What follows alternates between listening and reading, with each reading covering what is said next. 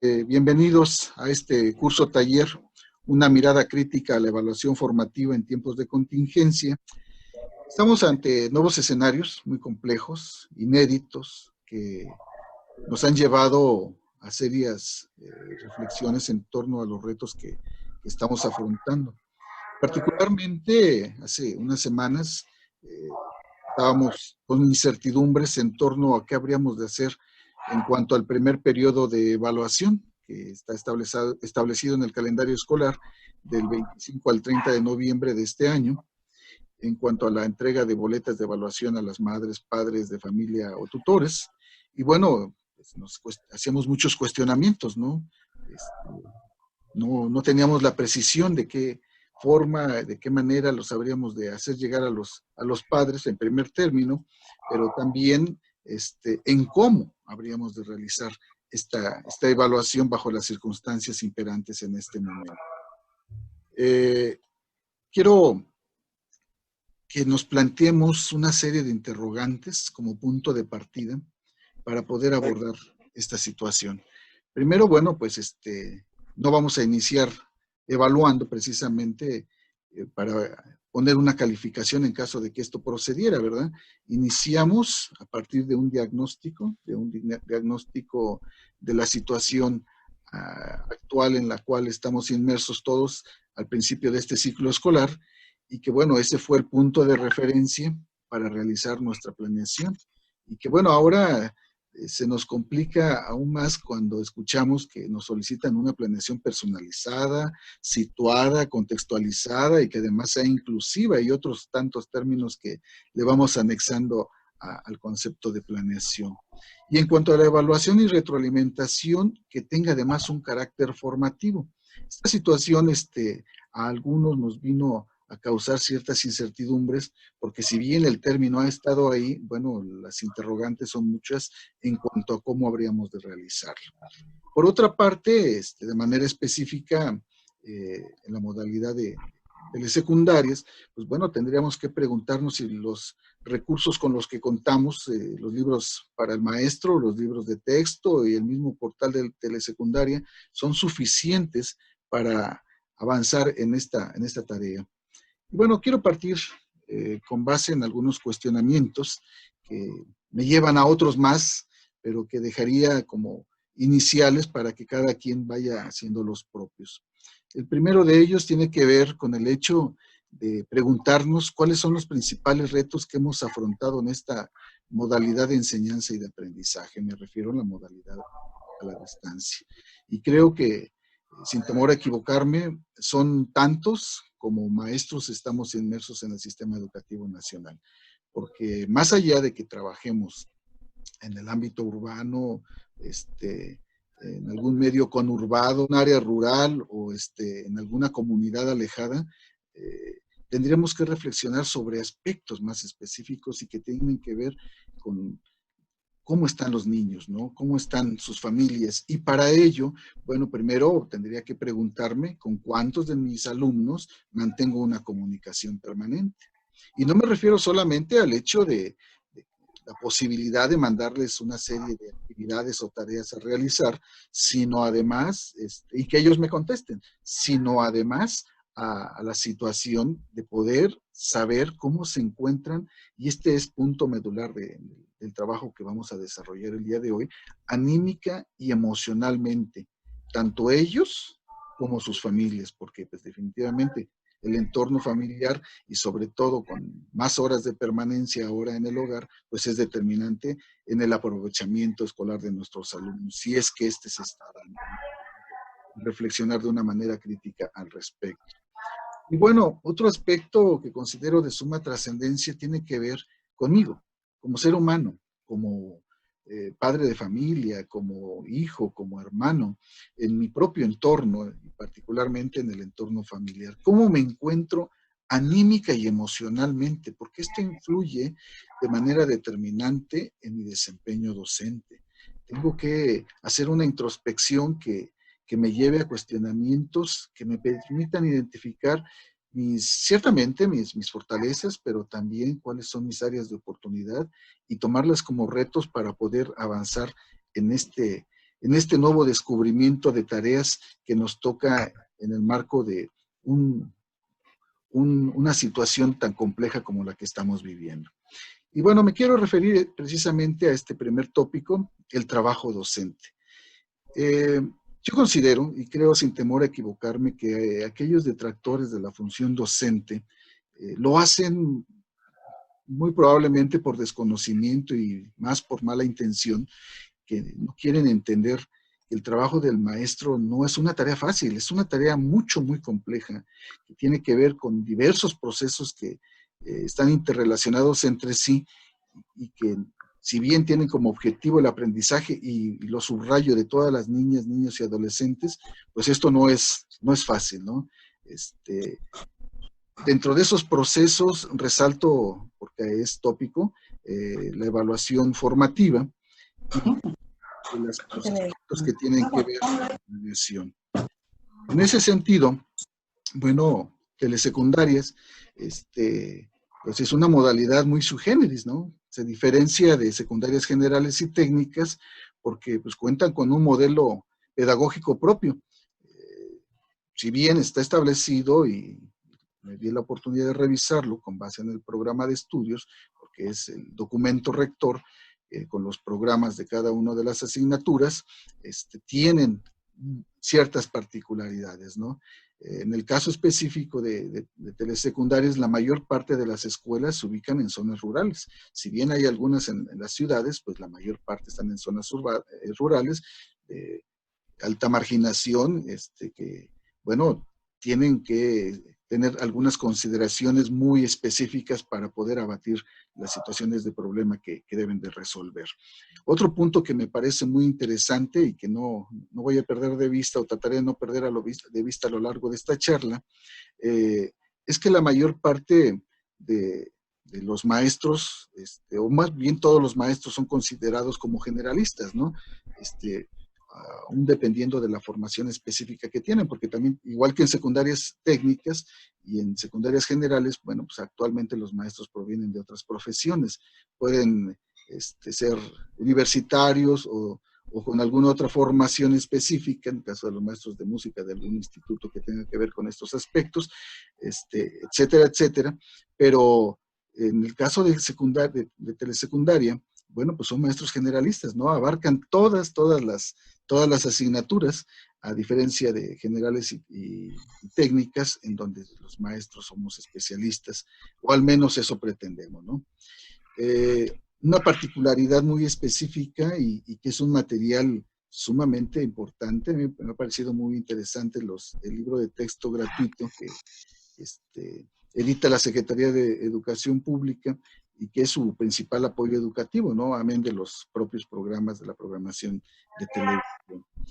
Pero estas cualidades también conllevan ciertas áreas de oportunidad, entre ellas un conocimiento profundo de los materiales educativos, así como de disponer de acciones de planeación y adecuación necesarias para brindar un soporte al cumplimiento de los aprendizajes esperados. Es decir, tenemos tareas comunes, todos los maestros de este nivel educativo, indistintamente de la modalidad que estamos comentando.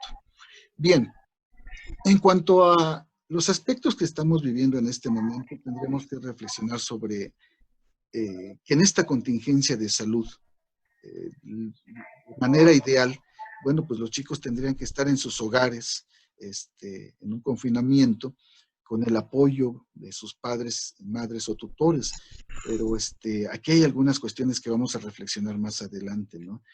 Y que a partir del apoyo que brinde la escuela, de manera particular cada uno de los maestros a la distancia, pues tuviera la oportunidad de estar como está este niño, ¿no? Estudiando, enfocado en sus aprendizajes esperados y al mismo tiempo logrando una interacción con otros niños a través de medios tanto sincrónicos como asincrónicos.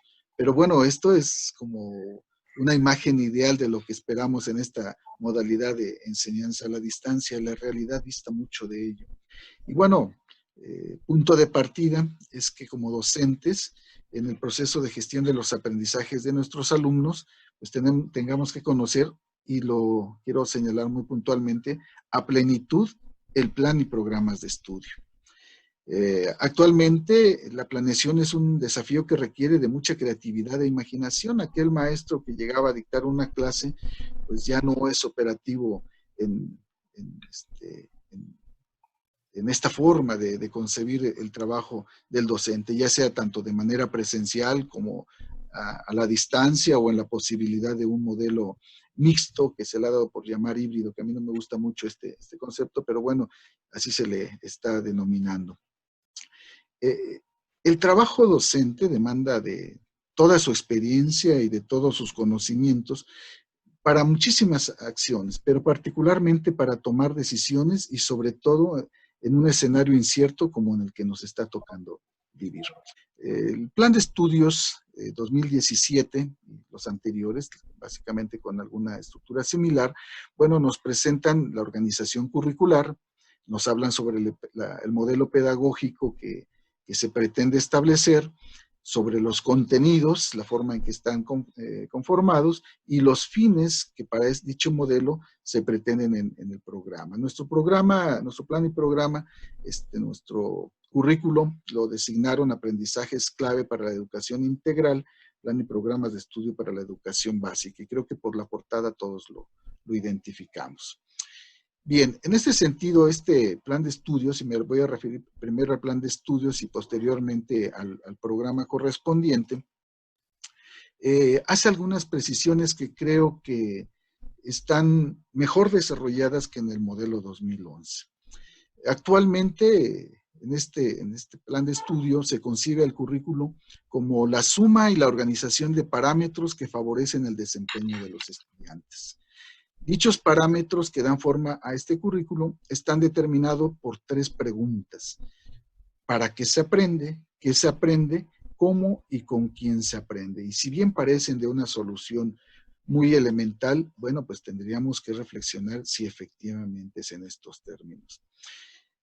La primera pregunta se refiere al perfil de egreso. ¿Para qué se aprende? Para el logro de un perfil de egreso.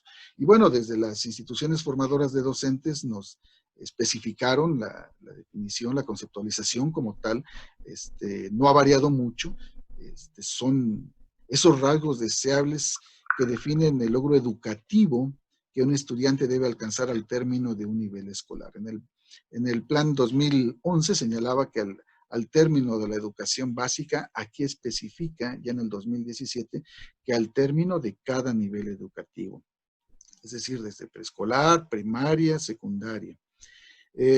Para alcanzar dichos rasgos deseables, también hay una situación que diferencia este plan 2017 con el 2011, en donde se hacía énfasis en que era básicamente tarea del estudiante y del maestro.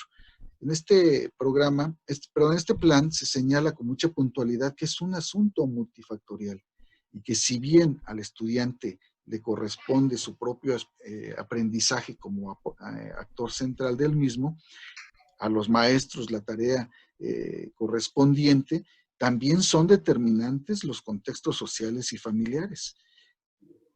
Anteriormente, básicamente, estos 2 últimos aspectos no eran dimensionados de manera justa y solamente se enfocaban en el maestro y en el alumno.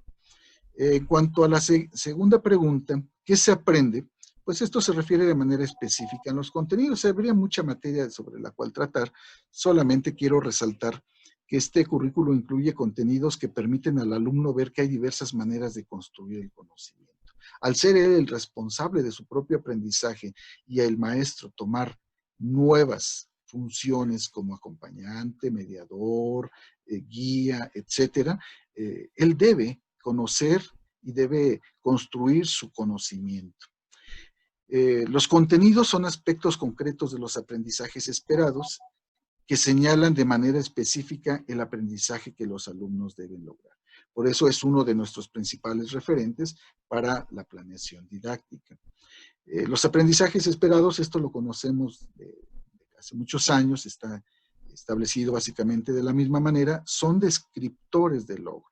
Es decir, establecen con toda puntualidad qué es lo que queremos lograr al finalizar un determinado periodo. Esto los hace comprobables y son un referente, ya lo acababa de señalar, para la planeación y evaluación en el aula. y ahora, bueno, también a la distancia. Están redactados en tercera persona del singular, el alumno, la alumna, y esto es con la intención de poner al estudiante en el centro del proceso. Con respecto a la tercera pregunta, ¿cómo y con quién se aprende? Bueno, se refiere desde luego a la pedagogía. Y en ese sentido, bueno, me gustaría hacer énfasis de algún aspecto trascendente.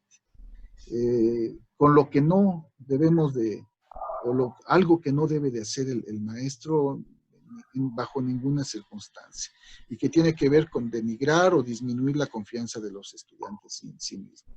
Si no lo hacemos o no lo debemos de hacer de manera presencial, mucho menos a la distancia. Hoy es momento de darles ánimos, de darles esperanzas de un mejor porvenir, aún bajo las circunstancias en las que estemos, en las peores circunstancias en las que podamos estar.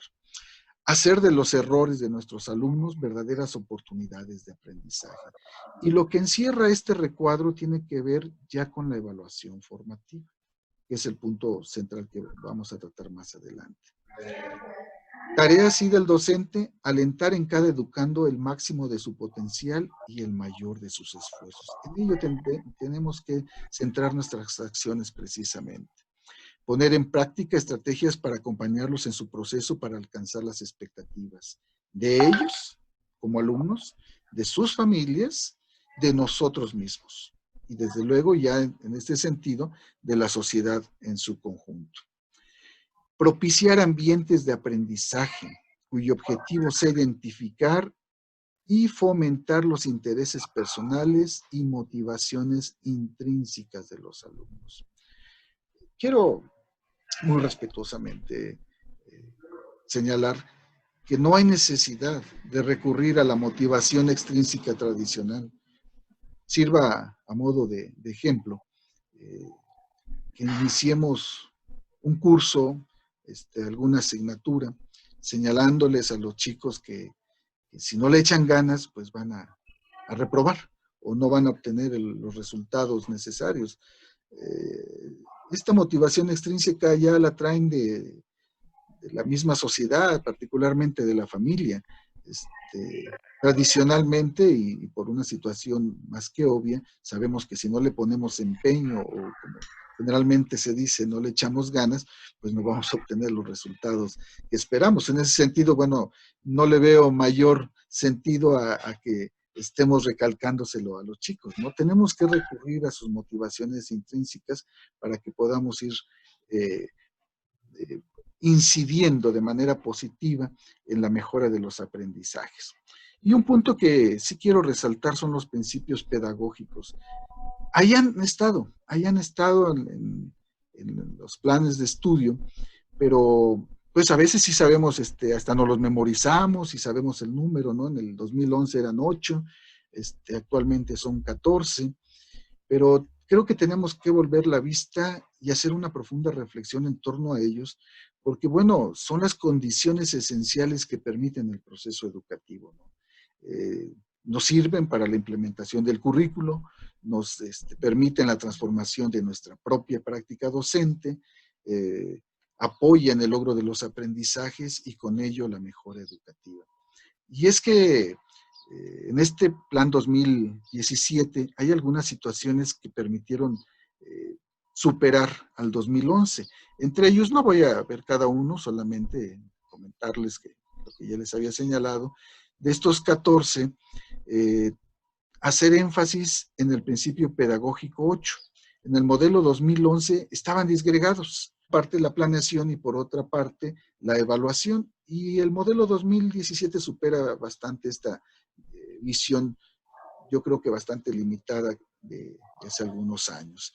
El principio pedagógico 8 hace referencia a entender la evaluación como un proceso relacionado con la planeación del aprendizaje.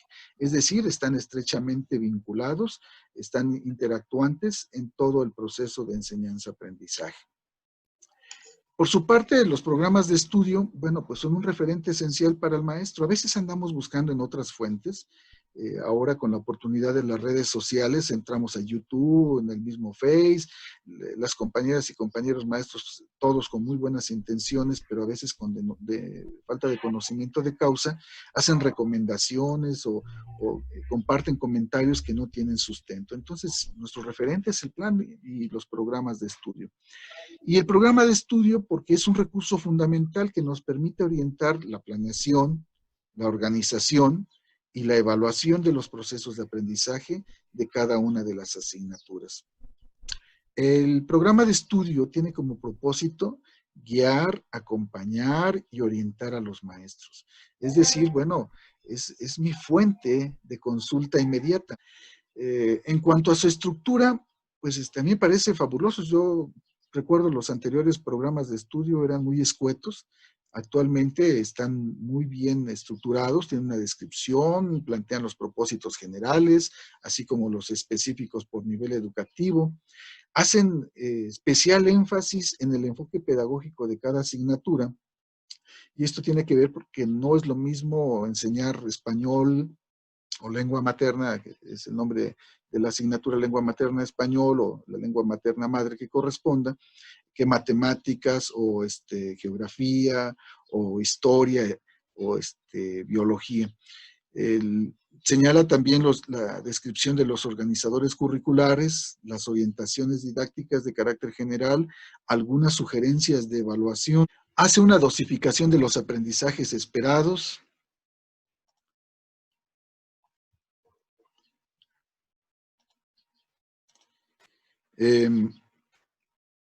los aprendizajes esperados por grado escolar, las orientaciones didácticas y sugerencias de evaluación, así como un comparativo entre el programa 2011 y el 2017, porque estaban muy adecuados, ya estaban muy establecidos con el programa 2011 y a veces tenemos ciertas resistencias para trabajar con el nuevo modelo educativo, ¿no? A este apartado le han dado por llamar evolución curricular y nos permite hacer una contrastación. Y bueno, de manera específica, quiero resaltar que cada enfoque pedagógico de cada una de las asignaturas nos permite tener una idea particular de la enseñanza de la misma. Ya decía, no es lo mismo enseñar la lengua materna que la lengua extranjera, las matemáticas, las ciencias y tecnología, historia, geografía, formación cívica y ética, o artes, educación socioemocional o educación física. Cada una de ellas tiene su propio enfoque, el cual debemos de revisar de manera muy específica para tener una aproximación más real de los aspectos que nos deben de dar sustento en el desarrollo de nuestra práctica docente. Y bueno, actualmente el enfoque del programa del Plan y Programas 2011 está en un tránsito de ser un enfoque por competencias a un enfoque competencial, ¿no? Tiene algunos aspectos que deberíamos de rescatar de manera muy puntual, pero que tampoco es una situación que nunca se haya trabajado. Ya hace más de 2000 años Aristóteles señalaba que la inteligencia consiste no solo en el conocimiento, sino también en la destreza de aplicar los conocimientos en la práctica. Y ello, pues, dicho de una manera muy puntual, pues es estar hablando precisamente de competencias. El siguiente aspecto que quiero comentarles, que quiero compartir con ustedes, es la importancia de la planeación en la evaluación formativa. Tenemos que echar mano, decía, de lo que señala el plan de estudios, y el principio pedagógico es muy claro, ¿no? Puntualiza que la evaluación forma parte de la planeación, forma parte a su vez de la secuencia didáctica. Y la evaluación del aprendizaje considera 4 variables que tenemos que tener muy puntualmente establecidas. La primera tiene que ver con las situaciones didácticas específicas y que haciendo una revisión del libro del maestro, en el caso de telesecundaria, ustedes tienen muy bien especificadas las actividades del estudiante, los contenidos y de manera muy particular está resaltado la reflexión del docente sobre su práctica. Y ahí estamos hablando ya de retroalimentación y ahí ya estamos hablando de evaluación formativa. La retroalimentación, pues es aquella que nos brinda en un primer acercamiento, lo vamos a comentar más adelante de forma más puntual, para la autorregulación cognitiva y la mejora de los aprendizajes, tanto de los alumnos como de nosotros como docentes. Y bien, entrando en materia, pues la planeación es un proceso mental, ¿no? A mí me queda muy en claro que la planeación es un proceso complejo, abarcador y continuo, y que va mucho más allá del documento de carácter administrativo. Al menos en secundarias generales y técnicas, bueno, como parte de la función que realiza su servidor, de manera constante, pues echamos mano de la planeación de los docentes para ver lo que están haciendo, cómo lo están haciendo, de manera compartida, revisar los logros y retos que están afrontando. Pero ese es un documento de carácter administrativo. La planeación, ya cuando hay una interlocución de carácter técnico-pedagógico con los docentes, que hay un diálogo pedagógico con los docentes, bueno, hace referencia a lo que ellos tienen de manera muy puntual como proceso mental. Si el maestro tiene bien establecido qué es lo que va a hacer en su mente, pues el documento administrativo solamente es una carta de navegación, y permítame una analogía, ¿no? En un mar tempestuoso que es precisamente el aula donde nos desempeñamos profesionalmente, llena de tantas circunstancias y tantas dificultades, que sí me permite efectivamente tener por dónde navegarle. Planeé esto, pero bueno, voy a hacer estas adecuaciones. La planeación didáctica no es otra cosa que una planificación, y están subrayados ambos términos por algo que ahorita terminando les voy a comentar, que se refiere a las actividades técnico-pedagógicas realizadas en el espacio áulico.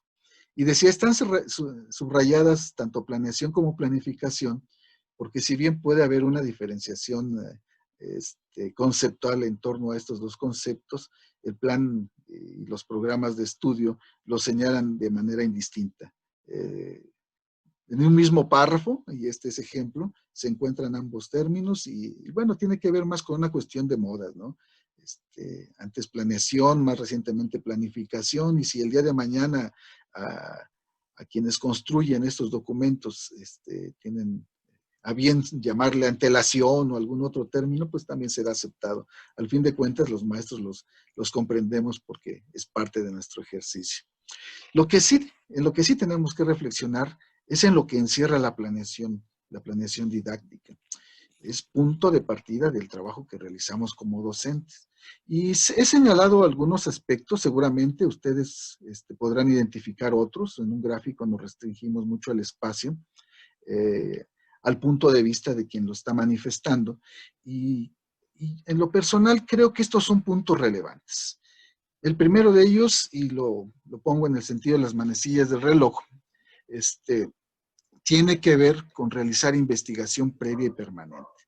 El maestro que quiera hacer una buena planeación didáctica tiene que con antelación hacer una investigación, una indagación sobre diversos aspectos, sobre estrategias didácticas contemporáneas, que permitan clases atractivas e interesantes para los chicos.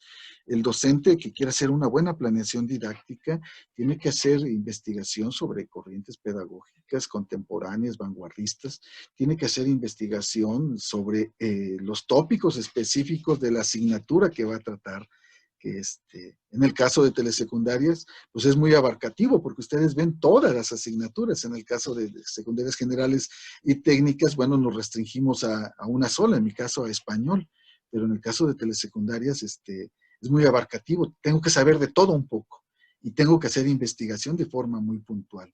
Y bueno, ya hace unos minutos señalaba algunos de los recursos que de manera particular la modalidad de telesecundaria me permite echar mano. El siguiente punto, el siguiente aspecto que creo que es fundamental y que es el que da sustento a la planeación, es la posibilidad de realizar un diagnóstico situado. Considerar los elementos curriculares, los diversos elementos curriculares que encontramos tanto en el plan como en los programas de estudio. Anticipar escenarios y retos a vencer. Es decir, el maestro debe tener tanto imaginación como creatividad. Y en el primer aspecto, que me pueda imaginar los escenarios a los que me voy a enfrentar, de situaciones que pueden parecer poco relevantes, pero que son de suma trascendencia, ¿no? Y con la posibilidad de tener un diagnóstico, bueno, prever los comportamientos, por ejemplo, de mis alumnos en una clase. Ya sé que tengo alumnos muy diversos, sé que, por ejemplo, en cada grupo no falta algún chico que es bastante extrovertido, de esos que tradicionalmente les llamamos que son muy latosos. Bueno, pues tengo que tener previsto qué actividades les voy a poner a él, ¿no? O cómo voy a poder apoyar al niño que es, por el contrario, bastante introvertido. O que si los chicos van a llevar los materiales que les he solicitado, porque la situación no está fácil para que puedan llevarlos a la escuela, cómo voy a tener la posibilidad de superar estos aspectos. Entonces tengo que anticiparme a partir de la imaginación, creando escenarios y los retos que ellos implican. Otro punto que considero trascendente tiene que ver con la posibilidad de hacer adecuaciones de acuerdo a las circunstancias. La planeación es flexible y bueno, debo de considerar que lo que tengo plasmado en ese documento me va a permitir en un proceso mental establecer que tengo que hacer adecuaciones. La toma oportuna de decisiones, saber que en qué momento tengo que hacer esas adecuaciones, es fundamental, ¿no? Organizar las diversas actividades con diferentes recursos y que entra dentro de los señalamientos anteriores. Y por último, y no por ello menos importante, el hecho de reflexionar sobre el desempeño de nuestros alumnos y de nuestra propia práctica docente. Si el maestro no reflexiona a partir de su planeación docente sobre su quehacer profesional, no va a mejorar su trabajo. Es fundamental que estemos reflexionando de manera permanente. ¿Qué hicimos bien para seguirlo mejorando? ¿Qué no hicimos tan bien para poderlo superar? Dentro de los aspectos que considero más relevantes a considerar para una planeación, pues el punto de partida son las características de los alumnos, y estos a través de un diagnóstico los podemos ir conociendo.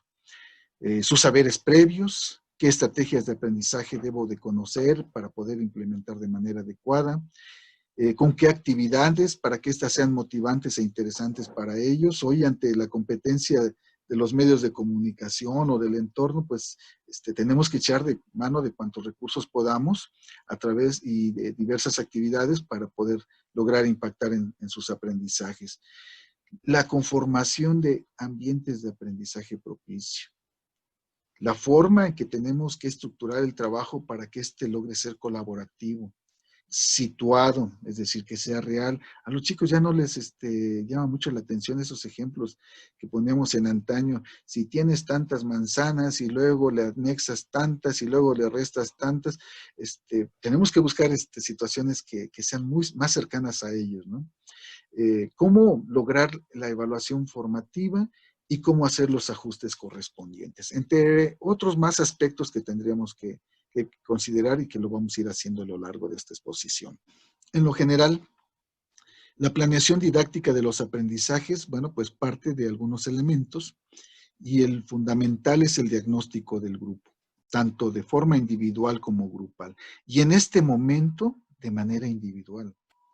Tenemos que entender cómo están nuestros chicos, cómo se sienten, qué situaciones les aquejan, qué retos han tenido que ir superando o tienen que superar y cómo les podemos apoyar. En cuanto a los elementos curriculares, bueno, estos son diversos, y señalaba, tienen que ver con el enfoque de cada asignatura, pero en lo general, nuestros referentes son los aprendizajes esperados, en el caso de asignaturas como español, lengua materna español, de manera desglosada. En las demás asignaturas, pues el tema o eje temático que vayamos a tratar, el enfoque didáctico que ya había venido mencionando, el nombre del proyecto, si es que vamos a trabajar bajo esta modalidad, y que lo mencioné de acuerdo a cada una de las asignaturas. En cuanto a las estrategias de intervención, bueno, la situación y secuencia didáctica específica. Y la diferencia entre estos dos, que es una pregunta recurrente, es que la situación se refiere a ese escenario que nosotros creamos en nuestros espacios áulicos. Y la secuencia didáctica tiene que ver con la estructura del trabajo que vamos a desarrollar en una parte inicial, en una de desarrollo y en una de cierre, entre otros aspectos más. En cuanto a las estrategias de evaluación, bueno, que cumplan con ese requisito y si es en esos términos, de que tenga un carácter eminentemente formativo, que consideremos los tipos y momentos de evaluación, los diversos instrumentos y técnicas para la obtención de evidencias. Y ya lo había señalado, todo inicia con un buen diagnóstico, tanto individual como grupal. El diagnóstico, en lo general, nos sirve para conocer la situación específica de mis alumnos y responder cuestionamientos que tenemos como docentes todo el tiempo y debemos de tener presentes durante toda nuestra vida laboral como maestros. ¿Quiénes son mis alumnos? ¿Cuál es su situación personal y familiar? Y particularmente en estos momentos de crisis, ¿no? ¿Cómo les afecta el actual contexto? ¿Cuáles son sus estilos y ritmos de aprendizaje? ¿Qué logros y dificultades observan en su proceso de aprendizaje? ¿Cuál es su nivel socioeconómico familiar? ¿A qué tipo de familia pertenecen? Ya sea nuclear, extensa o monoparental, solamente por poner una tipología. ¿Cuál es la preparación académica de la madre o padre de familia o tutor? Y esto es relevante porque pues no va a ser el mismo apoyo que brinde un padre o una madre de familia o un tutor que tenga una determinada formación académica a alguien que carece de ella, incluidos otros aspectos que vamos a comentar y que tienen que ver con la disposición, el tiempo, etcétera. ¿Cómo hacer este diagnóstico? Bueno, pues considerando diversos instrumentos de diagnóstico y que echen mano de diversos modelos explicativos, ¿no? Decía el modelo de programación neurolingüística, pues es uno de ellos, pero hay muchísimos más y a mí en lo personal me gusta mucho la teoría de las inteligencias múltiples de Gartner. Este diagnóstico lo debemos tener como un referente fundamental y como parte de la evaluación y de la planeación para conocer las necesidades de los estudiantes, la diversidad en cuanto a formas de aprendizaje y los intereses y motivaciones. Bueno, este es el marco teórico, pero ¿qué pasa en la realidad? En la realidad, bueno, las circunstancias son muy complejas. Tenemos hoy que tener mucha empatía y mucha flexibilidad y entender que no todos están en las mismas circunstancias. Y tomo como referencia el semáforo sanitario y, bueno, el ideal sería que la mayor parte de nuestros alumnos tuviera un apoyo adecuado de parte de las madres, padres de familia o tutores. Pues esto es algo muy alejado de la realidad, o sea, esa es la idealidad, quisiéramos esto, ¿no? La mayor parte de nuestros alumnos, la verdad es que nuestra realidad es que son el menor porcentaje de nuestros alumnos quienes están en semáforo verde, de esos chicos que tienen un padre o una madre o un tutor que tiene una formación académica que le permite apoyarles de manera adecuada, que además cuenta con el tiempo y tiene la disposición de hacerlo, ¿no? Son casos mínimos, esa es nuestra realidad, esa es nuestra realidad. Yo creo que la mayor parte de nuestros alumnos, y lo digo sin temor a equivocarme, están o en semáforo amarillo o en naranja, ¿no? En amarillo, los alumnos que tienen un apoyo reducido de parte de las madres, padres de familia o tutores, y que tiene que ver con muchos aspectos, es una situación multifactorial, que los padres tienen que salir a trabajar o que son, vienen de una familia monoparental y que al ir la madre o el padre a trabajar, pues se quedan solos y que solamente por momentos intermitentes, que es un término que vamos a retomar más adelante, pues los padres les ayudan y con ciertas limitaciones. Es un alto porcentaje, yo creo que la mayor parte de nuestros alumnos se encuentran en ese sentido, o en naranja, ¿no? Donde falta el apoyo de las madres, padres de familia, llega tan cansado el papá o la mamá, y que ya no tiene la disposición de apoyarles, y bueno, pues se quedan solamente con lo que ellos mismos y el respaldo de nosotros les puedan brindar, ¿no? Y yo espero, me gustaría que el menor porcentaje de nuestros alumnos se encontraran en rojo, y que son chicos, niñas, niños y adolescentes que son víctimas de maltrato o vejaciones por parte de sus mismas familias. Es muy lamentable esta situación, pero también es parte de nuestra realidad y la tenemos que tener muy presentes como docentes. El plan de estudios 2017 señala muy puntualmente esos aspectos. Por eso les decía, es una fuente de indagación, nuestra primera fuente de indagación, y tomo este texto, me voy a permitirlo leer como tal, Dice, con respecto a la planeación de los aprendizajes, como ocurre en toda planeación, la puesta en práctica puede diferir de lo que originalmente fue planeado, porque en el proceso de enseñanza hay contingencias que no siempre se pueden prever. Estamos en medio de una contingencia, ¿verdad? Se aspira a la participación de todos y cada uno de los alumnos, pero no es posible anticipar todo lo que va a ocurrir en clase. Pero esto no debe desalentar al profesor ni desencantarlo del proceso de la planeación. ¿Qué mejor soporte para entender cómo tenemos que actuar que nuestros propios documentos normativos, y en este caso nuestro plan de estudios? El mismo plan señala algunas consideraciones importantes. Y lo vamos a ver, esto está fundamentado. Hay un acuerdo secretarial además que lo establece y lo especifica porque viene desde el tercero constitucional, las leyes complementarias, de manera particular la Ley General de Educación, en donde se señala que la tarea docente pues, es responsabilidad precisamente de nosotros como maestros. Por lo tanto, este plan de estudios brinda amplia libertad para planear las clases organizando los contenidos como más les convenga. Si bien telesecundaria tiene un modelo propio, posibilita este aspecto. ¿Cómo lo tenemos que hacer? Bueno, tenemos que entender que ningún aprendizaje esperado está ligado a un momento particular del ciclo escolar. Su naturaleza es anual. Lo que sí importa es que al final del grado cada alumno haya logrado los aprendizajes esperados, indistintamente de las estrategias que utilicemos para lograrlo. A la distancia, bueno, podemos echar mano de algunos de estas actividades que estoy compartiendo con ustedes. La lectura diaria de textos literarios o informativos, es una de ellas. Escribir o dibujar su historia de vida, que resulta sumamente importante y trascendente en estas situaciones de contingencia. Los chicos están un tanto apesadumbrados de que no pueden compartir con sus pares. Dibujar croquis o mapas mentales, resolver desafíos matemáticos, elaborar líneas del tiempo y esquemas cronológicos, la lluvia de ideas cuando tenemos la oportunidad, si es que tenemos la oportunidad de reunirnos virtualmente, que en ciertas circunstancias esto básicamente es imposible. Redactar textos libres, elaborar mapas mentales y conceptuales, leer y analizar noticias de periódicos y revistas, interpretar imágenes, símbolos o lenguaje no verbal, en posibilidad grabar una exposición, caracterizar aspectos históricos sociales. Son algunas de las situaciones que a la distancia podemos realizar, dependiendo de las circunstancias que habremos de revisar en unos minutos, y que tienen que ver con la forma de comunicación que vayamos a establecer con nuestros alumnos o que hayamos establecido con nuestros alumnos. El Programa Nacional Aprende en Casa 2, en la modalidad de telesecundaria, bueno, pues es solamente una alternativa que vendría a sumar a dicho esfuerzo, porque en lo específico telesecundaria tiene sus propios programas de televisión.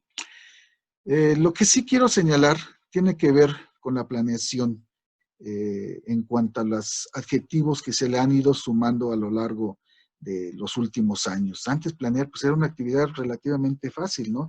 Hoy la planeación tiene que cumplir con algunos aspectos muy específicos que no son tan complejos como parecían en un primer acercamiento, más bien tienen que ver con una situación de moda, ¿no? Pero que sí son características, eso sí son características de la misma. La planeación tiene que ser personalizada, es decir, debe atender a cada alumno dentro de un grupo, descubrirlo como un ser único. En eso sí tenemos que ser muy enfáticos en la planeación, ¿no? Tiene que ser situada, es decir, debe partir de situaciones específicas y reales, de situaciones cotidianas. Tiene que ser contextualizada, tiene que considerar el contexto sociocultural en el que está inmerso el alumno, y debe de centrarse en las necesidades, intereses y expectativas de los alumnos. Debe tener un carácter inclusivo, es decir, debe propiciar, reducir o eliminar las barreras de aprendizaje y la participación. Es decir, no debemos dejar a ningún chico atrás, debemos de ver que todos estén participantes, de buscar alternativas de solución ante esta situación, que no es fácil, es bastante compleja, ¿no? Tiene que tener flexibilidad, ya hace unos minutos comentaba al respecto, es decir, debemos de estar conscientes de que vamos a tener que hacer cambios de acciones, de estrategias, de recursos, tomar en consideración todos los imprevistos que podamos ir afrontando, y más en esta situación, en este modelo de enseñanza a la distancia. En lo general, compañeros maestros, la planeación y evaluación de los aprendizajes implica vincular el diagnóstico del grupo, el enfoque de cada asignatura, que en el caso de la modalidad de telesecundaria, bueno, pues es mucho más complejo porque abarcan todas las asignaturas del mapa curricular, así como los aprendizajes esperados y los demás elementos curriculares que considera el plan y programas de estudio. Y que bueno, ustedes cuentan con un recurso muy valioso que es el libro del maestro y en el cual podemos irnos apoyando. Sobre la evaluación formativa, una frase de Antonio Milán. Él dice que la evaluación es una gran oportunidad no solo para asegurar el aprendizaje de nuestros alumnos, sino también para reflexionar en qué aspectos debemos mejorar nuestro proceso de enseñanza. Y resalto este último aspecto porque esto es precisamente lo que permite que tengamos una evaluación formativa. Bueno, echaré mano de algunos referentes para establecer algunas definiciones. El primero es el acuerdo 110319, que aunque es de este año de 2019, pues es el que está vigente, ¿no? En él se establecen las normas generales para la evaluación del aprendizaje, acreditación, promoción, regularización y certificación de los educandos, y que seguramente ustedes en Consejo Técnico ya escolar o de zona debieron haber tratado por ahí del mes de marzo-abril, porque pues es el que nos da sustento, ¿no?, al proceso de evaluación. Y ya de manera específica, bueno, los compañeros con funciones de dirección, las normas específicas de control escolar relativas a estas normas generales, que fue publicado por ahí del mes de abril del mismo año. Siguen los dos vigentes, ¿eh? Y el tercero, y que es el que nos ha venido a dar claridad en cuanto a las formas de evaluación a la distancia, es el de las orientaciones pedagógicas y criterios para la evaluación del aprendizaje para la educación básica en el periodo de contingencia sanitaria, que fue recién publicado el 6 de noviembre de 2020, hace menos de 2 semanas, ¿verdad? Ese es el que tiene vigencia hasta que siga viviendo esta situación de contingencia. Con respecto al primero, bueno, pues en sus considerandos establece que la evaluación tiene una finalidad eminentemente formativa. Habríamos de revisarlo. Esto es lo que está planteado en los documentos, ¿no? Pero somos producto, y me refiero a todos, de una muy fuerte y arraigada tradición que nos permite y nos lleva a entender la evaluación de diversas formas, ¿no? En ese sentido, bueno, la evaluación formativa es una fuente de información para el mejoramiento de la práctica educativa y del esfuerzo de los estudiantes en sus aprendizajes. Supone que la evaluación formativa no se vea desplazada por requerimientos administrativos, aunque lamentablemente esto muchas de las veces no ocurre de esta manera. En el anexo, en su artículo 2, establece en el punto referente a criterios de evaluación que la evaluación, es una fuente de información para verificar el cumplimiento del derecho a la educación de las niñas, niños y adolescentes, y señala, a modo de definición, que la evaluación del aprendizaje permite identificar sus avances, definir y poner en marcha acciones para el mejoramiento de su desempeño, en un marco de equidad e inclusión. Por su parte, también establece que los resultados de la evaluación habrán de analizarse con estudiantes, madres y padres de familia o tutores. Y lo resalto porque recién se establecieron los criterios y orientaciones que he señalado con antelación. Muchos maestros nos empezamos a quejar, al menos en las redes sociales, de que por qué se habría de consensuar con las madres, padres de familia o tutores la evaluación de los docentes, porque es algo de carácter normativo y está establecido en un acuerdo secretarial, está establecido, tiene fundamento en el tercero constitucional y en las leyes complementarias. Este mismo acuerdo señala en el artículo 5, en el apartado 17, que la evaluación del aprendizaje es un juicio basado en el análisis de evidencias sobre el estado de desarrollo de las capacidades, habilidades y conocimiento del estudiante, que nos permita tomar decisiones sobre los mejores modos de continuar el proceso educativo, aún en circunstancias tan complejas como la que estamos viviendo. Que consideremos diversas maneras de evaluarlo. Por su parte, señala en cuanto a la evaluación formativa que este es un proceso en el cual docente y educandos comparten metas de aprendizaje y evalúan de manera permanente sus avances. Está resaltado porque ese es el punto esencial de la evaluación formativa. Y esto se da solamente a través de una variada cantidad de evidencias, no solamente el examen solamente es uno de tantos recursos de los que podemos echar mano. Pero en cuanto a la evaluación formativa, me gusta siempre remontarme a los aspectos anteriores que le dan sustento. En este caso, este concepto ha estado ahí desde antes del 2011, pero ya formalizado en el Plan de Estudios 2011, en donde establece que una calificación sin propuestas de mejora resulta insuficiente e inapropiada para mejorar su desempeño. La guía para el primer Consejo Técnico Escolar, por su parte, echó mano de estos recursos señalados con antelación y estableció que la evaluación de los aprendizajes debe ser sensible a las circunstancias que hoy viven nuestros alumnos y tener un enfoque formativo. Fue muy reiterativo ese aspecto, no lo trabajamos o debimos haber trabajado en el primer Consejo Técnico Escolar, en donde valoremos los procesos y no solo los resultados. Es decir, no podemos hacer una evaluación formativa solamente con la información de un examen. En cuanto al modelo de enseñanza a distancia, bueno, en un ejercicio personal me permití estructurar este gráfico que voy a presentar en unos minutos a partir de la necesidad de tener un modelo explicativo en donde se pueda observar de manera visual sintética la estrategia regreso a clases Aprende en Casa 2 como una reconstrucción de la información disponible.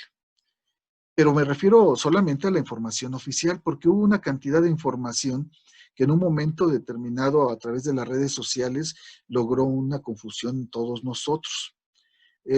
Señalando que en el caso de existir nuevas indicaciones se deberán hacer ajustes a este modelo. Bueno, el modelo que comparto parte precisamente de lo que ya había señalado, de un diagnóstico de la situación en la que se encuentran nuestros alumnos, tanto de forma individual como grupal, de los aprendizajes esperados, porque es el referente que tenemos en nuestro plan y programas de estudio, del enfoque de la asignatura que vayamos a trabajar, de las clases de televisión que tenemos en la modalidad de telesecundarias y del libro de texto, tanto del maestro como del alumno, que son los principales referentes que tenemos en la modalidad de telesecundaria. Bueno, la planeación, si la establecemos como una secuencia didáctica o como una clase o como el desarrollo de un tema, pues como toda planeación tiene una parte inicial o diagnóstica, dependiendo del autor que echemos mano para explicarlo, una parte permanente, formativa o procesual, son diversas maneras de llamarla, pero que se refieren exactamente a lo mismo, y una parte de cierre o sumativa o acumulativa. Esta planeación y evaluación implica una serie de actividades que se deben centrar en el aprendizaje, en donde participen alumnos a quienes les corresponde desarrollar conocimientos, habilidades y valores contextualizados a su entorno y circunstancias actuales. Y que en teoría, y lo recalco, en teoría tienen que ser apoyados por su madre, padre, familia o tutor. Les corresponde a ellos realizar estas actividades reflexionando sobre su proceso de aprendizaje. Y vamos, esto es más fácil decirlo que realizarlo, ¿verdad? Para ello requieren de acompañamiento pedagógico y emocional, y esta es tarea que nos toca a nosotros. Es decir, al docente tiene que diseñar actividades y brindar este acompañamiento pedagógico y emocional, evaluar y retroalimentar, y al mismo tiempo reflexionar sobre su intervención pedagógica. Tenemos que ver de manera muy puntual qué es lo que estamos haciendo bien, qué es lo que estamos haciendo mal, cuáles son nuestras fortalezas y también establecer nuestras áreas de oportunidad. Ya lo mencionaba con oportunidad hace algunos minutos, el trabajo del maestro ha cambiado. Ya la clase magistral en la que llegábamos, nos plantábamos frente al grupo y y los bañábamos con nuestra sabiduría y conocimientos, ya es una figura que ya no existe. Hoy el trabajo del docente es de mediador, motivador, acompañante en el desarrollo de los conocimientos, habilidades y valores de los alumnos. La intención es que a partir de ello podamos fortalecer la enseñanza a distancia, ya sea con una modalidad virtual sincrónica o asincrónica. Y aquí es donde estamos bajo un dilema, ¿no? ¿Cómo podemos establecer esto? Bueno, pues primero vamos a entender en una mirada general en qué consiste el proceso de evaluación y de retroalimentación y después el soporte que le podamos dar a través de los medios de comunicación asincrónicos o asincrónicos. Este gráfico considera la mayor parte de los elementos que tenemos que considerar en el proceso de evaluación formativa. Y el primero y punto de partida es cómo evaluar. Perdón, ¿qué evaluar? ¿Y qué evaluamos? Pues evaluamos conocimientos, habilidades, actitudes y valores que se hacen manifiestos a través de productos o evidencias con base en el enfoque de este modelo 2017, que es un enfoque competencial. ¿Cómo evaluar? Bueno, pues en correspondencia con la planeación didáctica. Ya vimos los elementos, las características de esta, estableciendo o partiendo de los aprendizajes esperados mediante procesos de coevaluación o autoevaluación que habríamos de realizar a través de los alumnos o de heteroevaluación como profesor, mediante la consideración del enfoque de la asignatura y de los llamados aprendizajes clave. ¿Cuándo evaluar? Pues en cada una de las etapas que ya señalamos, inicial, formativa o procesual, y con las herramientas que corresponden a cada una de estas etapas. Y para la asignación de una calificación, y ya estamos entrando en materia de qué vamos a hacer para este primer periodo de evaluación, pues a partir de evidencias de diversa índole, con instrumentos y técnicas eminentemente cualitativas, que estén en concordancia con el aprendizaje y las circunstancias específicas por las cuales están atravesando nuestros alumnos, estableciendo niveles de desempeño que se vinculen con calificaciones numéricas o cuantitativas cuando así corresponda. No en todos los casos va a ser posible, solamente en algunos casos, y bueno, tendremos que reflexionar en torno a los criterios y orientaciones que se han emitido para ello. Quiero enfocarme ahora en el aspecto que tiene que ver con la retroalimentación. La retroalimentación hace referencia a un concepto que ha estado ahí desde hace muchos años. A mí, allá en la década de los 80s, me tocaba escucharlo en su término anglosajón, o me tocó escucharlo en este término anglosajón del feedback, y que básicamente era una tarea pues muy elemental. Consistía en revisar un trabajo ya finalizado, detectando y corrigiendo errores o señalando aciertos. Y que la verdad de las cosas es que se limitaba a poner una nota a las márgenes de un examen, que ese era el trabajo finalizado, el trabajo final, o el producto, una maqueta o el producto que fuera, y pues ponerle ahí muy bien, alguna situación de que solamente se limitaba a establecer bien, mal o échale ganas, ¿no? No pasaba a mayores. La cultura anglosajona apareció otro concepto que ya es más contemporáneo con la retroalimentación y que es el feedback, y que no solo se enfoca en las tareas propias del feedback, sino que además sirve para orientar, apoyar y estimular al estudiante en su aprendizaje posterior. Se realiza como una actividad evaluativa orientada al aprendizaje y como apoyo para el desarrollo del aprendizaje autodirigido, la autorreflexión y la autoevaluación. Y aquí ya estamos en el terreno de la evaluación formativa. Ya es contemporáneo y ya es similar a lo que nosotros llamamos retroalimentación. Bueno, la retroalimentación es un componente claro, compañeros, clave, compañeros maestros. La evaluación permite establecer un vínculo entre los procesos de enseñanza y aprendizaje y hace manifiesto el avance en los logros de los aprendizajes. Si no hacemos retroalimentación, no vamos a conocer en realidad el logro de los aprendizajes de nuestros alumnos, que nos permitan una reflexión a partir de una socialización de los mismos, y que nos lleven a evaluar la pertinencia de mis estrategias, métodos, materiales y recursos, así como de los tiempos de los cuales eché mano a partir de una planeación didáctica. De ahí la importancia y trascendencia de la retroalimentación.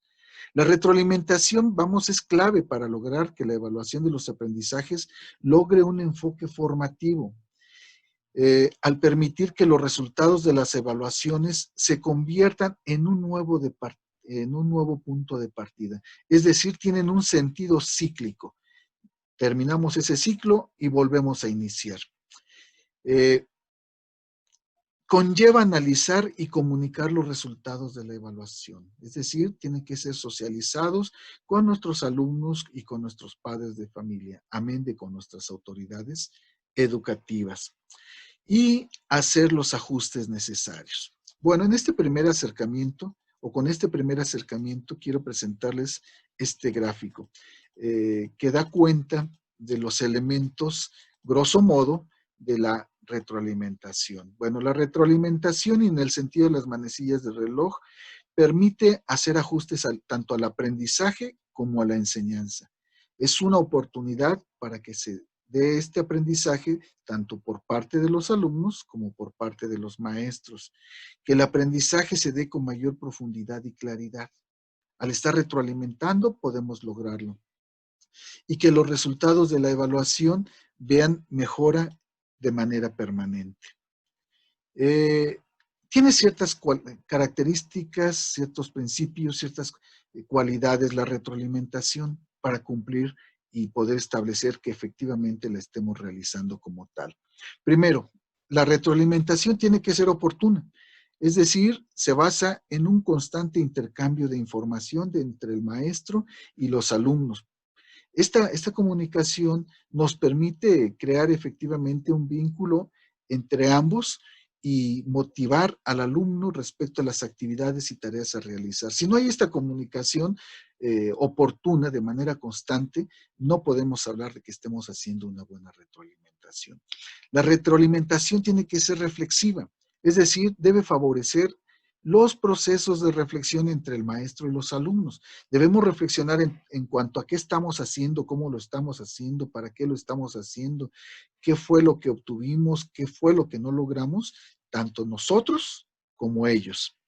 Es permanente o debe de ser permanente. Se debe realizar durante todo el proceso de aprendizaje e implica una recogida de información, tanto de las actividades, de todas las actividades o de las más trascendentes cuando menos, y de las evaluaciones en la parte diagnóstica, de desarrollo, y sí, desde luego también considerando la sumativa, es decir, el examen, pero solamente como uno de los tantos elementos que debemos de considerar. No solo como un producto final, ¿no? No solamente nos vamos a restringir a evaluar el producto final o un examen final para poder establecer una evaluación y mucho menos una calificación. Es decir, además de estos aspectos debe de ser comprensible, debe destacar los objetivos de los aprendizajes esperados. Tenemos que establecer a partir de consignas muy claras los criterios de los productos, de las actividades, de las acciones que los alumnos tienen que realizar. Visualizar qué se debe hacer para mejorar. Otra característica es que tiene que ser valorativa, que posibilite principalmente a los alumnos para que ellos mismos valoren sus logros, sus fortalezas y sus áreas de oportunidad. Y nosotros, como docentes, vertir las recomendaciones pertinentes para que a partir de una valoración conjunta hagamos de los errores verdaderas oportunidades de aprendizaje.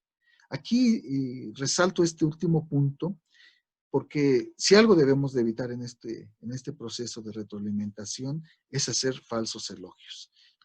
Lo hiciste muy bien, échale ganas, ponle más entusiasmo. Eso no nos dice nada. Tenemos que ser muy puntuales en los aspectos de retroalimentación.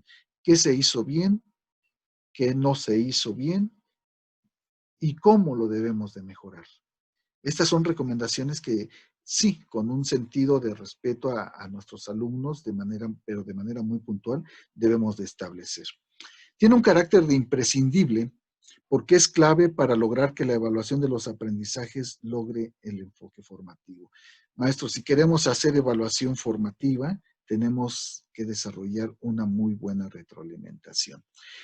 Tomo como referente Heritage, él en 2010 estableció un ciclo de evaluación formativa, me parece muy pertinente y muy claro para explicar a qué se refiere. En la parte de inicio, bueno, él lo establece en el sentido contrario a las manecillas del reloj.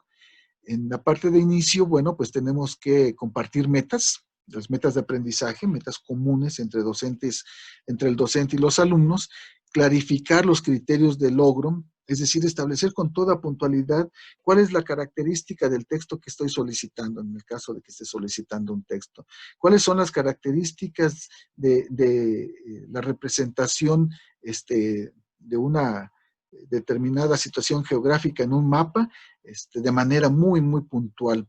Recolectar esa evidencia a partir de los productos de los alumnos, interpretar la evidencia, identificar la brecha de aprendizaje y es tomar decisiones que permitan cerrar dicha brecha. Es decir, partimos de hacia dónde vamos, en dónde estamos y cómo seguimos avanzando. En ese sentido, bueno, a mí me queda corto para poderlo entender de manera personal y eché mano de este gráfico que es elaboración propia y que nos establece en un primer momento a los dos actores fundamentales en el proceso de enseñanza y aprendizaje, al docente y a los alumnos. Y bueno, nos corresponde a nosotros como docentes, como punto de inicio, establecer a través de consignas claras a nuestros alumnos y de forma consensuada los criterios evaluativos. ¿Cómo te voy a evaluar? ¿Qué es lo que estoy solicitando de manera consensuada con respecto a un producto determinado que tú vas a obtener? Tenemos como docentes que estar acompañando de forma permanente a nuestros alumnos en su proceso de aprendizaje.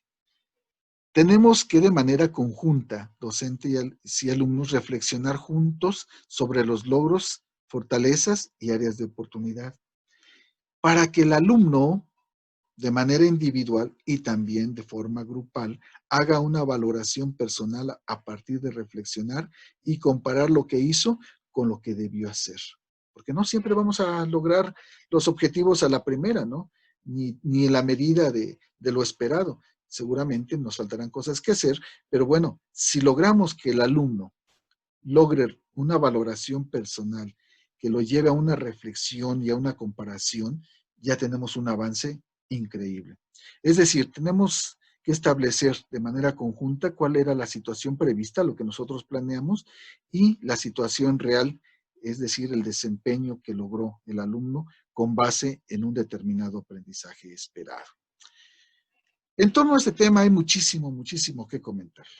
No es un tema para ser abordado en una sesión, no es tema que tengamos que tratar ocasionalmente, es un tema que tenemos que reflexionar de manera muy puntual y yo creo que tenemos que tener referentes muy, muy, muy bien consolidados y yo he hecho mano de los documentos oficiales y que han estado ahí y que, por ejemplo, en el Consejo Técnico Escolar, en el primer Consejo Técnico Escolar, se menciona, ¿no? Ahí se hizo mención de un documento, el documento número 1 de la serie de herramientas para la evaluación en educación básica, que se llama Enfoque Formativo de la Evaluación, y que en esta serie está completado por otros 4. El segundo habla sobre la evaluación docente durante el ciclo escolar, el 3 sobre los elementos del currículo en el contexto del enfoque formativo de la evaluación, el 4 establece las estrategias y los instrumentos de evaluación desde el enfoque formativo. Y el 5, la comunicación de los logros de los aprendizajes de los alumnos desde un enfoque formativo. Estos materiales son indispensables, no solo que los tengamos, sino que además de manera permanente estemos haciendo una investigación sobre las necesidades de acuerdo a las circunstancias que estamos viviendo. Y es un excelente referente para estos momentos de crisis en que estamos inmersos. Otros materiales más recientes, pero que siguen siendo muy útiles, son estos tres y que pertenecen a la colección Planeación y Evaluación Formativa. Evaluar para aprender, evaluar y planear, y evaluar con enfoque formativo. Y el siguiente punto, después de que ya grosso modo revisamos algunos aspectos que tienen que ver con la planeación, bueno, desde el diagnóstico, la planeación, la evaluación y la retroalimentación, es el uso de las TICAD en este modelo de enseñanza a la distancia. En el caso de telesecundaria, se señala muy puntualmente que se continuará con su propia programación y materiales audiovisuales e impresos. Y bueno, el ideal sería, como lo tenemos en este gráfico, que contáramos con una computadora, que tuviéramos la disposición y conocimiento para echar mano de estos recursos, tanto los alumnos como los maestros. Pero pues debemos haber reconocido que los medios tecnológicos con los que cuentan los alumnos son limitados antes de definir la forma de fortalecer los contenidos presentados en la televisión. Es decir, para poder trabajar a distancia como se espera, pues los alumnos deben tener resuelta la apropiación y el acceso a las TICAD, a las tecnologías de la información, comunicación, conocimiento y aprendizaje digital. Y bueno, esto es una buena aspiración, pero todavía nos falta un largo camino que recorrer en este sentido. Amén, desde luego que también nosotros, ¿no? Que tengamos resuelta la apropiación y el acceso, es decir, en cuanto al acceso, que contemos con una computadora o una tablet o un dispositivo móvil con conectividad, y por parte de la apropiación que tengamos las competencias digitales que requiere el uso adecuado de las tecnologías de la información, comunicación, conocimiento y aprendizaje digitales. Estos aspectos tenemos que revisarlos muy puntualmente si es que pretendemos tener una comunicación sincrónica o asincrónica. Pero antes de llegar ahí, creo que es pertinente revisar algunos aspectos tecnológicos y tener una flexibilidad ante las circunstancias. Ya decía, cada contexto es muy diferente de los que puedan estar viviendo otros maestros en otros niveles y modalidades, ¿no? Porque pues, además es diferente trabajar en preescolar que en primaria o en secundaria, ya sea general técnica o telesecundaria. Nuestro ideal sería, con base en este semáforo que ya utilicé anteriormente, que nuestros estudiantes puedan acceder a sus actividades de clase con condiciones incluso mejores que las que les puede ofrecer nuestra escuela, y que sí los hay casos pocos, pero bueno, en algunas escuelas tenemos uno, dos alumnos que pueden tener un dispositivo móvil mejor que el que nosotros tenemos, ¿no? Aquí en las ciudades a veces es común ver a un alumno que llega con un iPhone, que nosotros pues vimos ahí la publicidad, pero que no podemos tan fácilmente comprar, ¿no? Qué bueno que tengan esas posibilidades, pero pues este es el ideal. Es muy difícil que en educación básica y sobre todo en educación pública podamos contar con esta posibilidad. La mayor parte de nuestros alumnos, y vuelvo a señalarlo, o están en semáforo amarillo o en naranja. Nuestros alumnos en realidad, pues en el mejor de los casos, solo tienen una computadora en casa y esta es compartida, además de que su conectividad puede ser intermitente, ¿no? A lo mejor ni siquiera tienen la posibilidad de que sus padres tengan un contrato con alguna compañía que ofrezca este servicio, sino que tienen que echar mano de los datos de algún teléfono celular, ¿no? Lo digo, en el mejor de los casos. La mayor parte de nuestros alumnos no cuenta y está en naranja con una computadora propia y deben de salir de casa para poder acceder a este servicio. Es decir, pues tienen que ir ahí a la tiendita de la esquina o a algún cibercafé para que les renten este servicio. Y bueno, esto implica que tienen limitado su entorno virtual de aprendizaje, además de que pues los puede poner en riesgo de salud. Y bueno, lo que no quisiéramos, pero que es parte de nuestra realidad y lo debemos de decir muy, muy puntualmente, ¿no? Alumnos que no solo no cuentan con una computadora propia, sino que además no tienen los recursos para poder acceder a este servicio, es decir, ni siquiera tienen para pagar de existir la posibilidad de un cibercafé o de alguna tienda que ofrezca este servicio, ¿no? Tienen toda clase de limitantes. Esas son nuestras realidades, maestros. Y así lo tenemos que revisar porque así tenemos que considerarlo para nuestra planeación y de manera muy particular para la evaluación formativa de la cual necesitamos echar mano en estos momentos.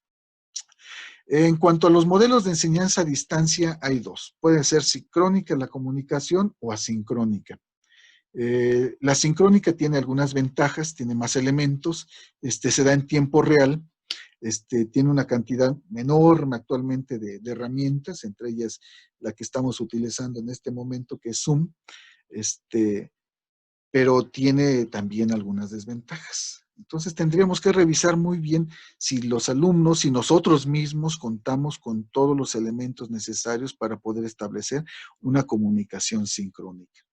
Por su parte, la comunicación asincrónica, es decir, la que no se da en tiempo real, bueno, pues tiene una gran cualidad, que es una comunicación más democrática y que afortunadamente, con los comentarios que podamos vertir respecto a este último que ha hecho su servidor, pues ya casi todos los niños tienen un acceso a un teléfono, ¿no? Aun cuando sea muy elemental, pero bueno, pueden tener este recurso aun cuando tengan otras carencias de diversa índole. Bueno, los medios de comunicación han crecido y sobre todo a partir del inicio de esta contingencia de salud de manera desmesurada, ¿no? Y bueno, nos han permitido a nosotros también tener un acercamiento más pronto, dadas las propias circunstancias, con respecto a las herramientas para la enseñanza a distancia. Hoy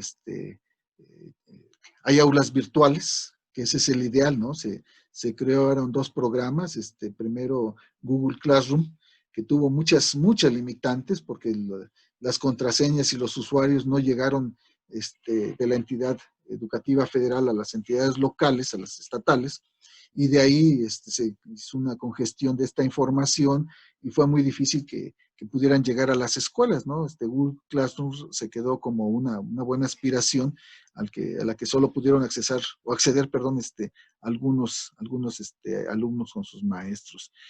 Hoy la nueva escuela mexicana es otra alternativa, es una plataforma, a mí me gustó muchísimo, tuve la oportunidad de hacer el curso, que es muy corto, muy breve, pero porque es muy esencial, es muy amigable el uso de la plataforma, pero que también tiene esta limitante, ¿no? Del acceso a la misma. Microsoft Teams, Edmodo, etcétera, etcétera. Hay una cantidad de aulas virtuales, tanto que tienen un costo como aquellas que son gratuitas y que acabo de mencionar. Plataformas para videoconferencias, como la que estamos utilizando el día de hoy, y otras más. Y yo creo que con lo que estamos familiarizados los docentes y nos hemos tenido que ir familiarizando, dado las exigencias en cuanto a los aspectos administrativos y de preparación de clase, pues son los editores de textos, los editores de bases de datos, de presentaciones electrónicas y hasta los organizadores gráficos. Ya nos permitimos construir nuestras infografías, ¿no? Tenemos todavía que hacer uso de otros recursos que si bien se están utilizando todavía es de forma limitada, como son los pizarrones interactivos. Aquí hay algunos ejemplos de ellos, los editores de audio y video, el software libre,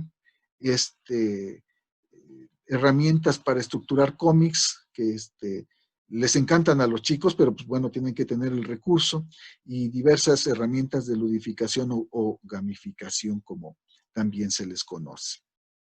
Bueno, ¿qué nos toca hacer en este tan complejo escenario que hemos venido señalando a las maestras y a los maestros? Y parto del hecho de que tenemos nosotros que establecer que la educación es un derecho humano y nosotros somos los responsables directos de este aspecto, ya que además partimos de que pues, la educación como derecho humano pues, es un bien básico indispensable para el desarrollo de la autonomía personal, el desarrollo de la personalidad y la culminación de un proyecto de vida, tanto en lo personal como en lo colectivo.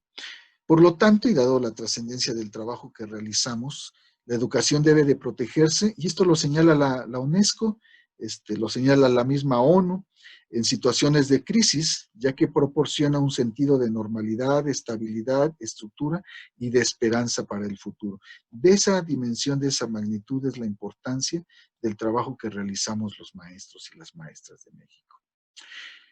¿Qué nos corresponde Entonces, hacer a los colectivos escolares, pues bueno, aunque la respuesta es más que obvia, pues apoyar a las niñas, niños y adolescentes aún a la distancia, en sus necesidades socioemocionales, ayudándoles a aceptar, asumir y superar las situaciones de crisis, a desarrollar un ambiente cálido, protector, estructurado y organizado.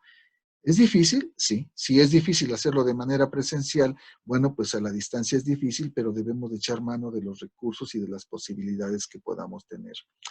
Ayudarles a entender que la incertidumbre, las angustias y los temores son normales y se comparten con quienes convivimos. Hablar de vulnerabilidades y sobre todo en una sociedad tan arraigadamente machista como la nuestra, es complejo. Aún para nosotros como adultos, mostrar nuestras vulnerabilidades a los otros, ya sea nuestro colectivo escolar o aún en nuestra misma familia, es difícil, ¿no? Y muy particularmente en el género masculino.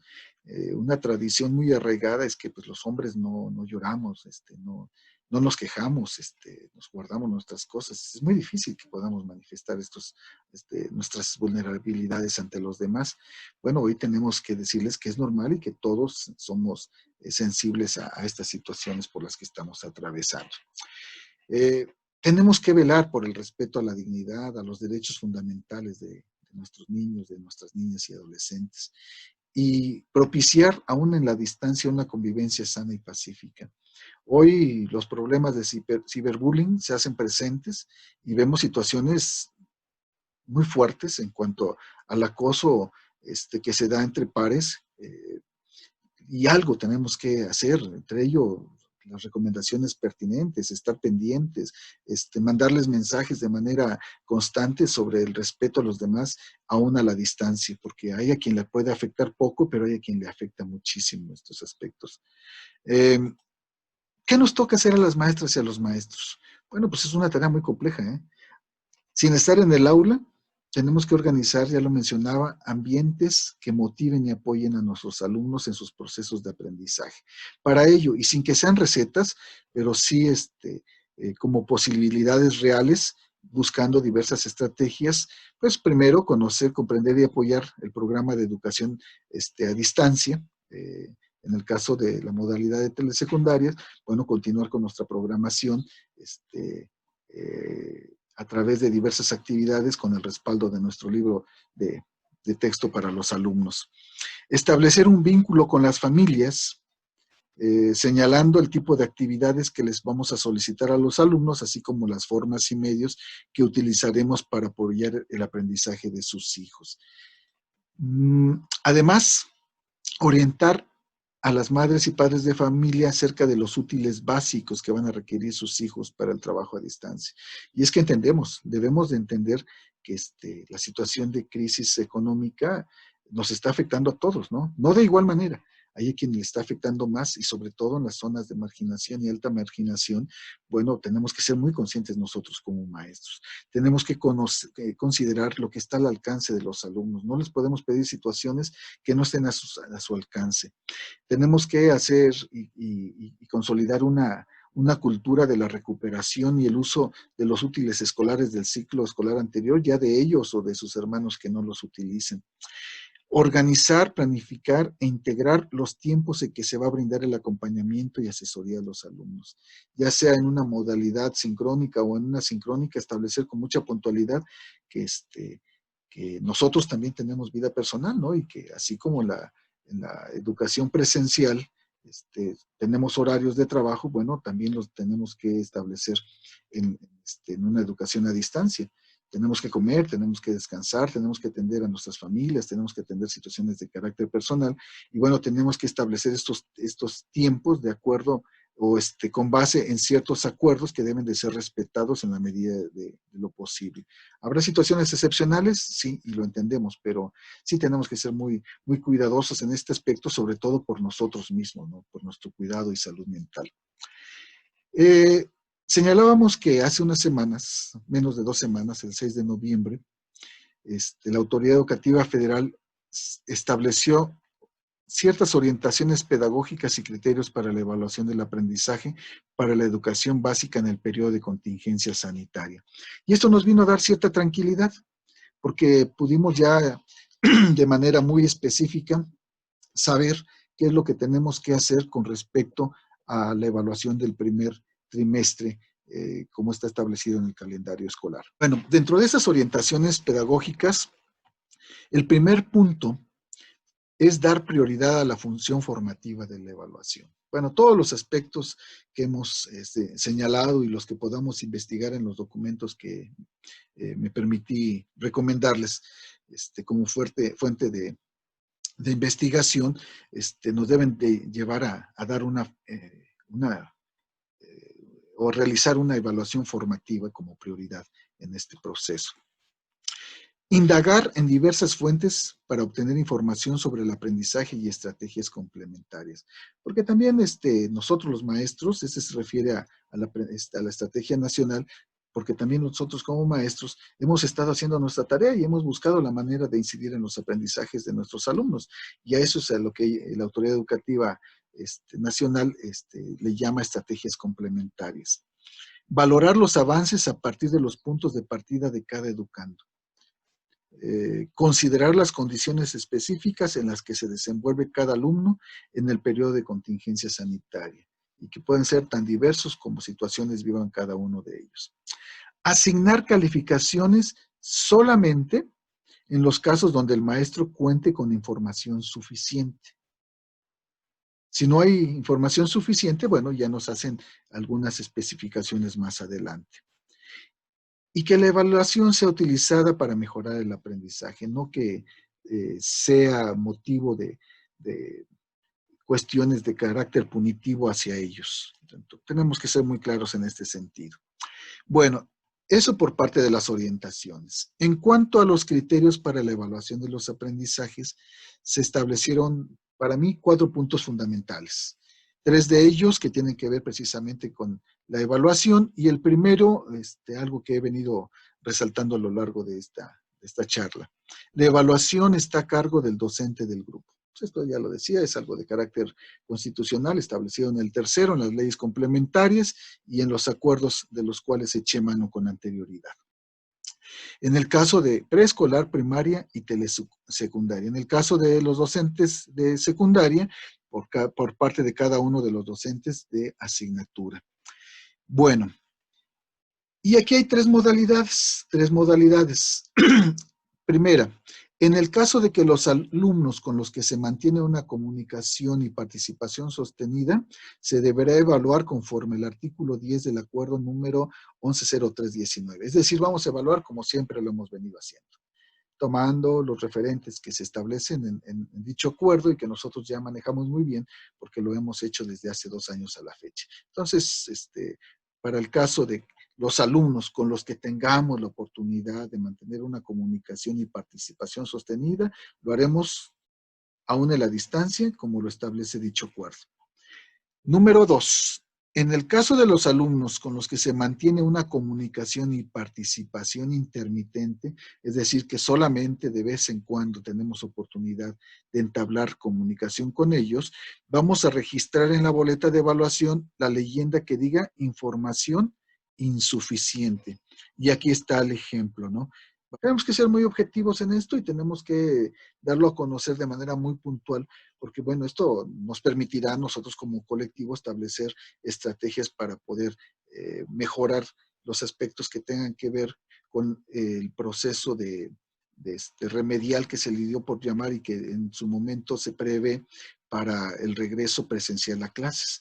Debe de haber una parte diagnóstica al regreso de clases presenciales y debe de haber ciertas acciones específicas para que podamos superar todo lo que no pudimos abordar en este periodo de contingencia y que nos ha obligado a una evaluación a la distancia. Y el tercer punto se refiere a los alumnos con los que hemos mantenido una comunicación prácticamente nula o inexistente. O sea, ahí no tenemos mayor información, no tenemos ninguna información, de hecho, perdón, y eso es lo que vamos a colocar en la boleta, sin información, y cancelamos de la misma manera. Entonces, ser muy precisos en ese sentido. Solamente habremos de poner una evaluación traducida en una calificación numérica con los alumnos que sí hayamos tenido la oportunidad de mantener una comunicación y participación sostenida. Estos son los tres aspectos que tenemos que considerar como criterios para la evaluación de los aprendizajes en este periodo de contingencia. Hay otros más que suman 12 y que solamente voy a resaltar algunos. Estas evaluaciones, aún la misma que podamos poner con base en la comunicación permanente con algunos alumnos, van a ser evaluaciones con un carácter preliminar. Es decir, podrán ser modificadas. Tenemos todo lo que resta del ciclo escolar para poder, hasta el finalizar dicho ciclo escolar, 2020-21, establecer ya evaluaciones definitivas. Todas las calificaciones tendrán un carácter preliminar. Y bueno, quiero concluir esta charla con dos reflexiones, producto de dos frases que han dejado para la posteridad dos personajes muy trascendentes, que en lo personal me gustan mucho, Alvin Toffler y Eric Hofer. El primero señala que los analfabetos del siglo XXI no serán aquellos que no sepan leer o escribir, sino aquellos que no podamos aprender, desaprender y reaprender. Y con respecto a la segunda, esta creo que tiene un gran calado, ¿no? Dice, en tiempos de cambio, quienes estén abiertos al aprendizaje se adueñarán del futuro. Quienes estemos abiertos a este aprendizaje nos vamos a adueñar del futuro. Mientras que aquellos que creen saberlo todo estarán bien equipados para un mundo que ya no va a existir. Bueno, pues ahí a modo de referencia y solamente a modo de conclusión, darles a conocer mis sitios en la internet, mi correo electrónico, un canal de YouTube que no he terminado de consolidar, pero está ya en proceso, dos blogs, el primero de ellos, donde subo mis actividades y que lo utilizo como lo que es una bitácora de actividades electrónicas.